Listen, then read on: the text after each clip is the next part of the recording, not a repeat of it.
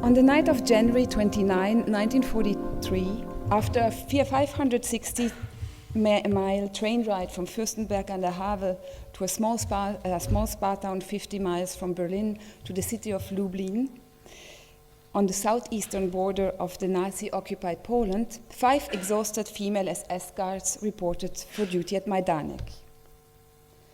No welcoming committee greeted the newcomers. Just a few SS men quickly showed them to their accommodations before inviting the women for a drink in their own quarters. Rosa Reichel was tired and wanted to leave, but did not know where to go, so she followed her colleagues. When she stepped outside the SS men's compound to get some fresh air, an SS officer suddenly approached, warning her to be careful. "Beware," he said, "they want to get you." By this point, Rosa was very worried. She rushed back into the barracks and grabbed her friend Hertha Ehlert. Relieved at having escaped from the men, Rosa and Hertha wandered around the camp in the dark, looking for their quarters. And so this scene plays around here. Spotting a light, they knocked at the door of a little house. A 16 or 17-year-old Jewish boy with a dog opened. "What are you doing here?" he said. "You're not allowed in here." Confused, the two women nevertheless entered the room where they saw 3 SS men lying on their beds. Quote, "There was a radio in the room," Rosa remembered, "and there was a skull on it." End of quote. One of these uniformed SS men immediately grabbed Hertha, while at the same time trying to pull Rosa towards him. The other 2 SS men invited the women to sit down on their beds. Hertha and Rosa, frightened, grasped a chair and sat down. Quote, "We both started to trembling and held each other," Rosa Reichel told the public prosecutor in a hearing in 1973. "Hertha said we should go out of here, so I ran to a door thinking it was the exit, but instead I ended up inside a large room. In the light from the door, I saw a big oven. Oil was dripping from it. An SS man ran after me. I was faster and he didn't catch me. There was another door at the end of the room, and in my fear I ran towards it. The room was pitch dark. When I ran in, I fell straight on a pile of corpses. I screamed, but at that point I must have fainted." End of quote. Nearly 30 years after the event, Rosa Reichel remembered her arrival at Majdanek Concentration and Extermination Camp in vivid terms. "Sure, it looks like a 1970s Nazi exploitation movie. Yet it is indeed quite plausible that in her confusion she actually stumbled into the crematorium, which happened to be in close proximity to the camp's entry gate, as well as the female camp compound." Commonly, we imagine people like Rosa Reichel, one of the 28 female SS guards who served alongside almost 1,000 SS men at Majdanek, to be fundamentally different from mainstream society and from us. Yet looking at the workaday lives of these men and women shows that their work and of surveying and killing was a job fashioned by routines and horseplay, closely linked with and inspired by contemporary culture, such as music, fashion, movies, and advertisement. This paper steps back from a strictly positivistic analysis of the concentration camp based on so-called hard facts in the files, instead privileging a close reading of the guards' social practices and material culture. Building upon Alf Lüdtke's and George Mosse's work on German fascism, the premise here is to take the everyday life and popular culture in the camps seriously in order to answer the deceptively simple question: how did the guards do it? How did ordinary German and Austrian men and women adapt to camp life and handle the work in the Nazi camps day by day, some up to 12 years? Since the establishment of the very first concentration camp in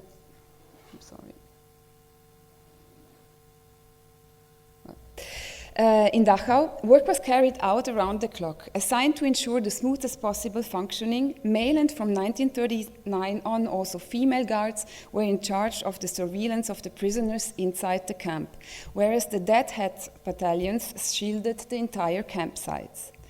But it was the detainees who built the camps, cultivated the fields, cooked and cleaned. The SS not only used their workforce for maintenance purposes, from the beginning of World War II, they also exploited the inmates for economic reasons, forcing them to work under extreme pressure and inhumane conditions in SS-owned companies or by leasing them cheaply to third-party companies. It was the SS, however, who managed the murder. SS doctors who provided medical care for the staff SS doctors who provided medical care for the staff carried also out lethal research projects on the prisoners, while the SS battalions took charge of the mass killings and SS officers operated the gas chambers. According to the Nazis' own statistics for January 1945, some 3,500 camp guards and 83,000 SS men kept 705,000 inmates under surveillance in 15 main concentration camps and 500 satellite camps distributed all over Europe.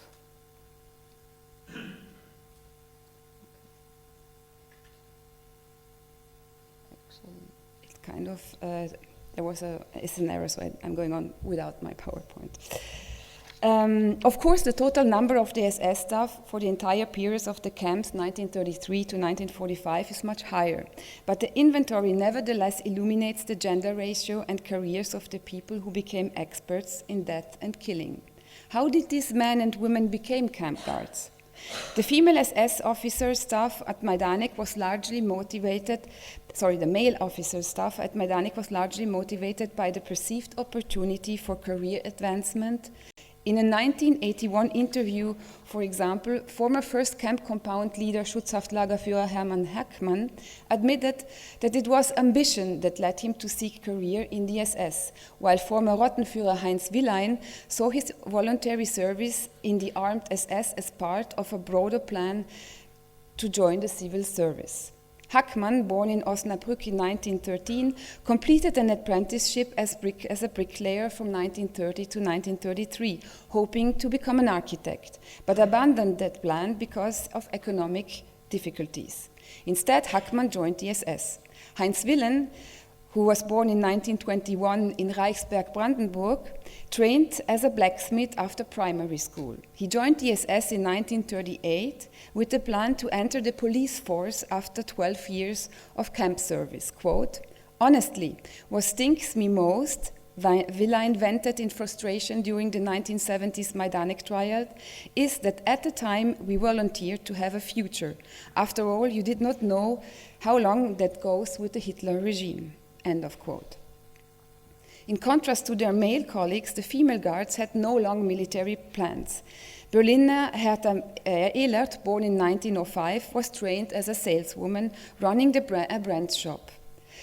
Although she claimed during the Majdanek trial to have been forcibly appointed as an SS guard by the Employment Office in November 1939, it is very likely that Ehlert applied voluntarily, like the majority of the women recruited during the first year after the Ravensbrück opened.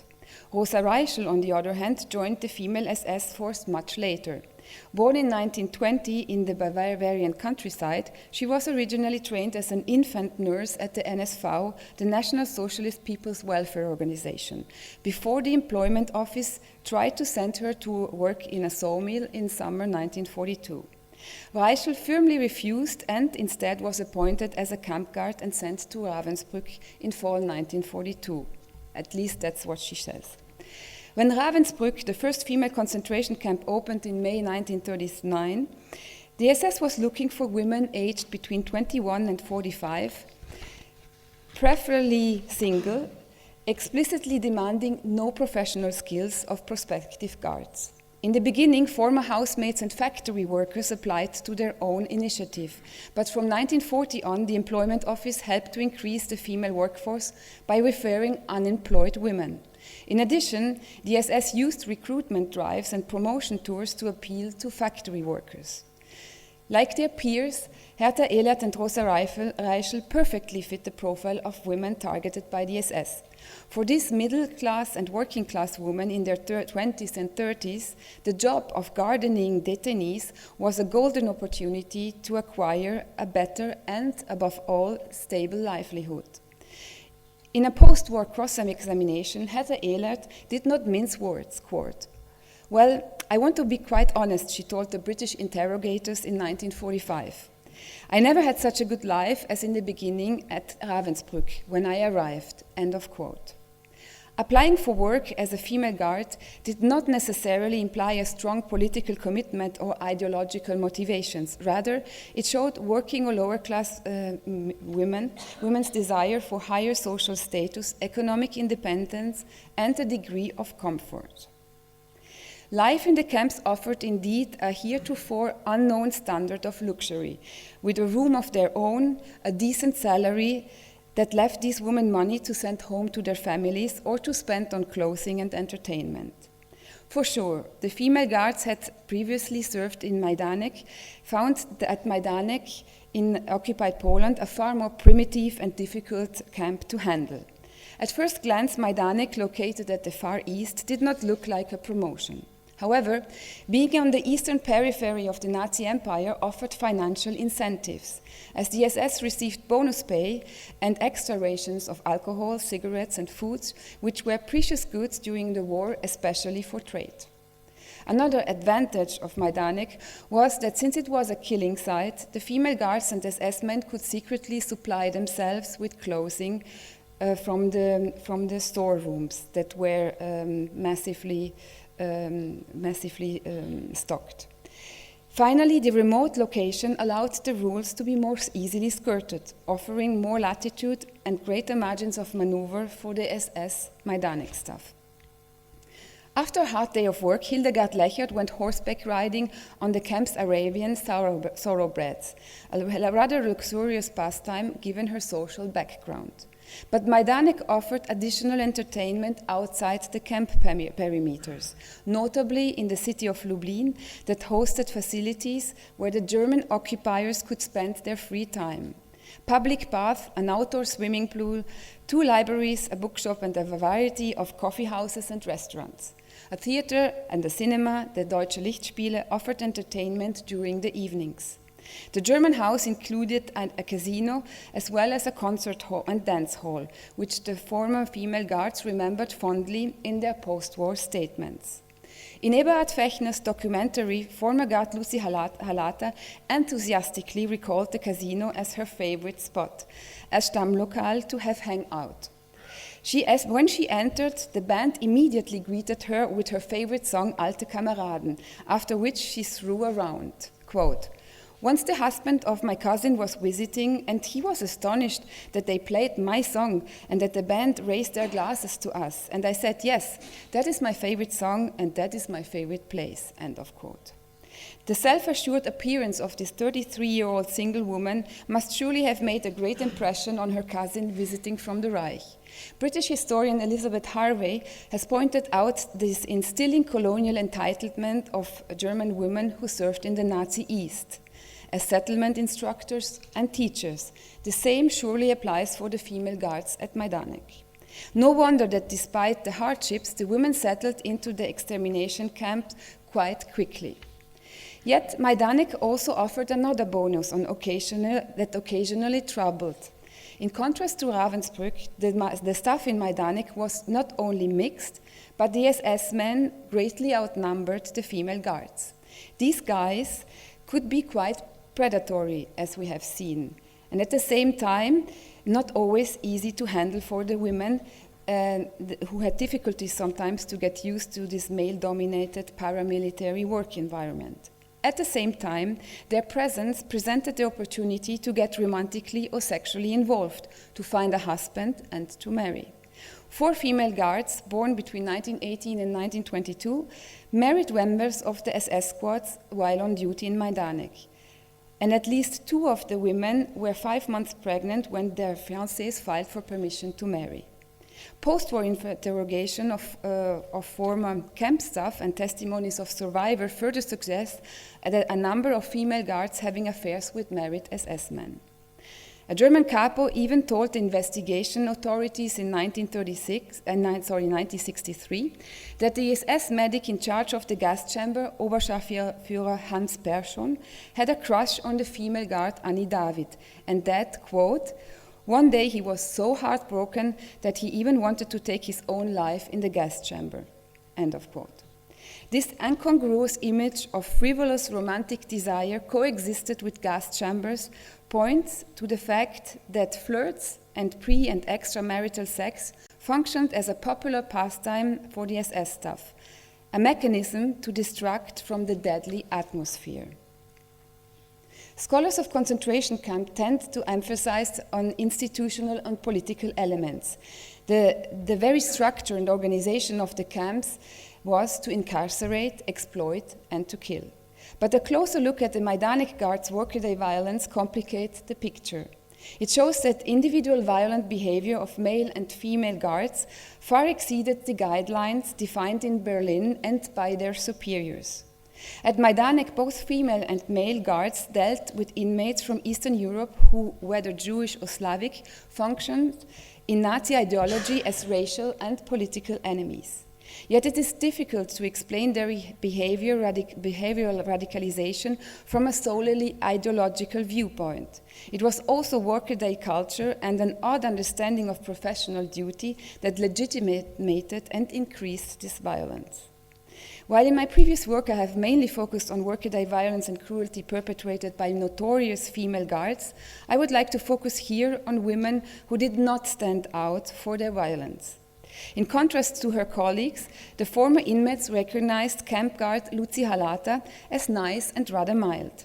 Born in Breslau in 1910, she was trained in the Ravensbrück concentration camp in November 1942, only to be transferred to Majdanek in March 1943. At the Majdanek trial that took place in Düsseldorf between 1975 and 1981, Lucy Halata was the only one among the former female Majdanek guards willing to testify about their participation in selection of Jewish women and children. Although the female guards did not directly participate in the mass killing, some of Halata's statements nevertheless demonstrate how deeply the daily work of annihilation penetrated into her off-duty existence. After work, Lucy sometimes paid a visit to an SS man whom she had befriended. Quote, "I had an acquaintance there, a dentist. When he did his work up there, well, I don't know where that was, but when he came back, he knocked on my door. And the first time I didn't know what he'd been doing, I said to him, 'Aren't you shaking my hand?' And he replied, 'Lucy, well, we talk about it later, but I can't shake your hand right now.'" End of quote. Despite efforts on the part of the concentration camp staff to keep their work life separate from their personal lives, the killing work necessarily encroached their private lives. Lucy's friend worked at the gas chambers, removing gold teeth from the bodies of the dead. The SS staff likely grew accustomed to these aspects of life at the camp, but a certain level of unease remained with the constant presence of death. Hertha Ehlert, whom Ravensbrück survivors Margaret Buber-Neumann described as, quote, "a big blonde Valkyrie who enjoyed laughing loudly, eating well and ample," end of quote, also counted as a rather kind guard. Horrified by the idea that others had to starve, as Buber-Neumann put it, she often gave food to the prisoners. When Ehlert came to Majdanek in January 1943, she was appointed to the laundry service, where she supervised a group of 20 to 40 Polish and Jewish inmates. It was a rather pleasant job, as she put it in a 1972 interrogation, quote, "one of the quietest and nicest detachments.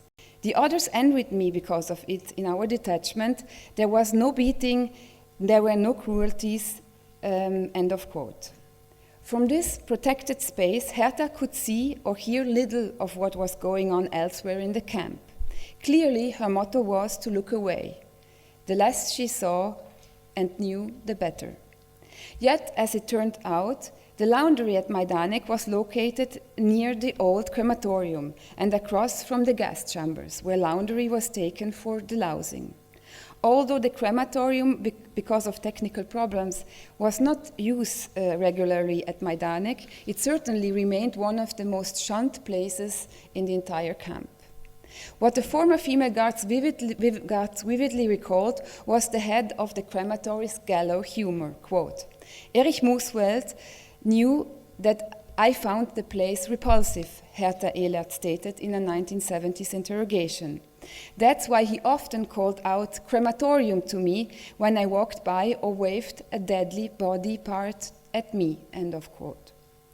From an everyday historical perspective, this macabre gesture, as derisory as it may seem, is a revealing source, because it allows us to grasp the atmosphere in which people were working and living. Firstly, I see this macabre joke as an attempt of Erich Musfeld to assert himself as a man vis-à-vis a scared female guard. Just as in Auschwitz, in Majdanek too, the removal of corpses was an extremely important task in the extermination process. It was a measure of hygiene in order to prevent epidemics, but it also was a highly political job because it was removing evidence of mass murder.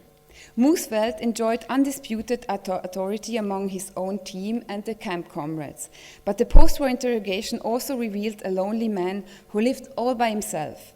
Ultimately, his attempt at teasing underscores his own marginalization inside the SS community. In constant contact with corpses, Musfeld carried the smell of death, which led his colleagues avoidance. Hertha Ehlert and others, for instance, refused to shake his hand, and it is said that he always ate alone in the SS canteen. It is interesting that neither the SS men who regularly killed prisoners with injections of gasoline or phenol, or those of the SS execution platoons were stigmatized in such a way. Musfeld's work might have been decorated by the commanders and appreciated by his superiors, but for his colleagues it remained a dirty job, stinky, exhausting, socially damning, a real defilement in Mary Douglas' sense. Secondly, we also have to ask ourselves why this joke affected Hertha Ehlert in such a way. With his gruesome jokey gesture, Musfeld regularly reminded Ehlert, while walking from her barracks to the laundry, that she was working in a concentration and extermination camp. His horseplay made it momentarily impossible for her to separate her honorable job of supervising the inmates in the laundry from his dirty job of mass killing and genocide. Not only did Musfeld confront Ehlert with the raw reality of his own work of destruction, he also reminded her of her own role in what she desperately tried to ignore. Hence, we might better understand why Ehlert told the British interrogators in 1945 that she experienced Majdanek as a punishment. Quote, "I did not feel very well in such a camp," end of quote. To conclude, Heinrich Himmler targeted the generations without prospects, born from 1913 to 1920, from the impoverished middle or working class, who were struggling with social and economic insecurity as a result of the economic crisis of the 1930s. For many men and women, the basic decision to volunteer for a job in the camps was based on dissatisfactions with their current work situation as servants, industrial workers, or craftsmen, and the desire to change, indeed, to improve one's own life.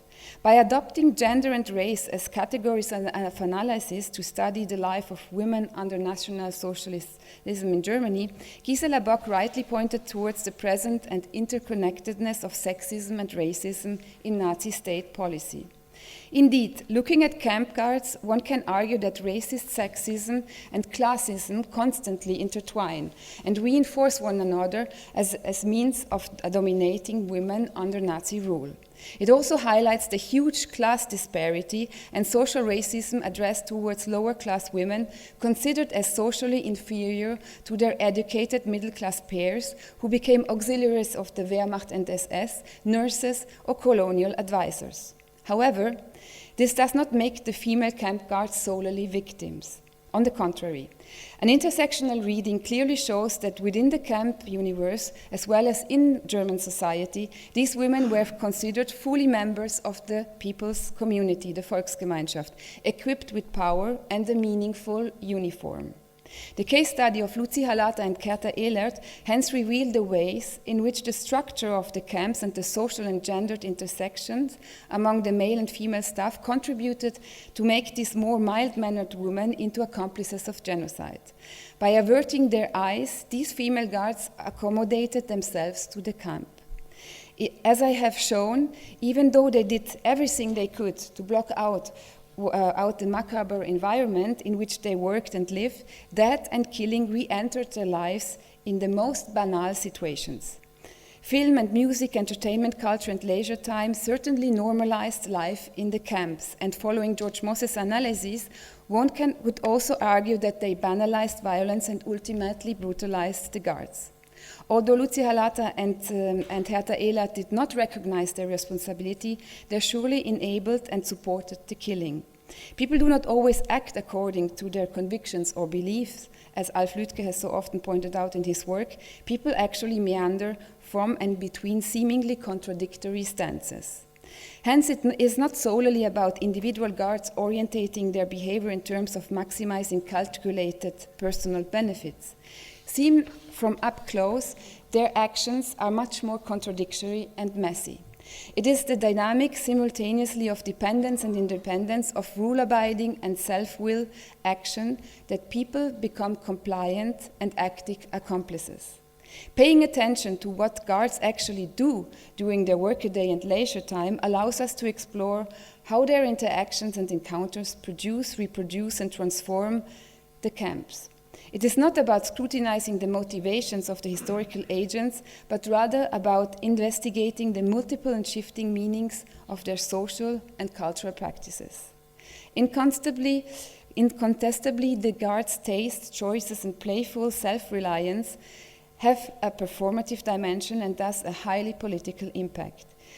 They not only shape the guards' living conditions and environment, but also the conditions and the living and dying conditions of the camp inmates. To quote Michel Foucault, people know what they do. Frequently, they know why they do what they do, but what they don't know is what they do does. Thank you for your attention.